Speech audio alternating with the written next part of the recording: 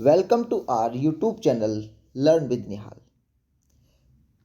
आज हम 12th class की सप्लीमेंट्री रीडर का lesson 3 journey to the end of the earth का all in one short answer करने वाले हैं।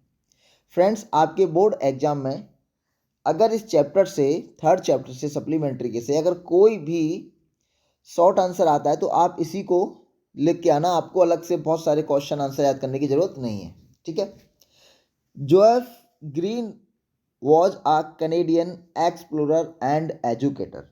जो जोएफ ग्रीन हैं वो थे कैनेडियन एक्सप्लोरर, यानी कि चीज़ों को विस्तार से बताने वाले, खोजने वाले, एंड एजुकेटर और लोगों को ज्ञान देने वाले। एजुकेटर मतलब ज्ञान देना, पढ़ाने वाले।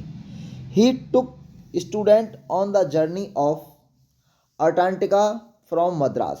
वह बच्चों को यानी कि छात्रों को मद्रास से अंटार्कटिका ले गई।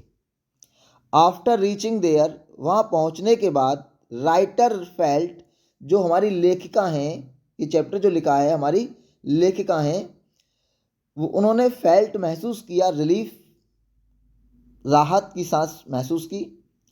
सी न्यू, वह जानती थी यानी उन्हें पता लगा, that India and Antarctica were once part of the same land mass. मतलब उन्हें वहाँ जाके उन्हें पता चला कि भारत और जो अंटार्कटिका हैं वो एक ही भूमि के क्या हैं, हिस्से हुआ करते थे कभी।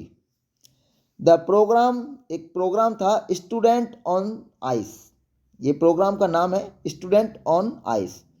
वॉज सक्सेस, सफल हुआ, because students could see, students ने देखा, स्टूडेंट्स मतलब जो छात्र थे वो खुद देख सके, glaciers retracting and ice shelfs collapsing, यानी कि जो हिम पहाड़ियाँ थी, यानी कि जो पहाड़ थे बर्फ़ों के और जो ग्लेशियर्स थे उनको उन्होंने खुद बहते हुए और खिसकते हुए देखा। किसने देखा?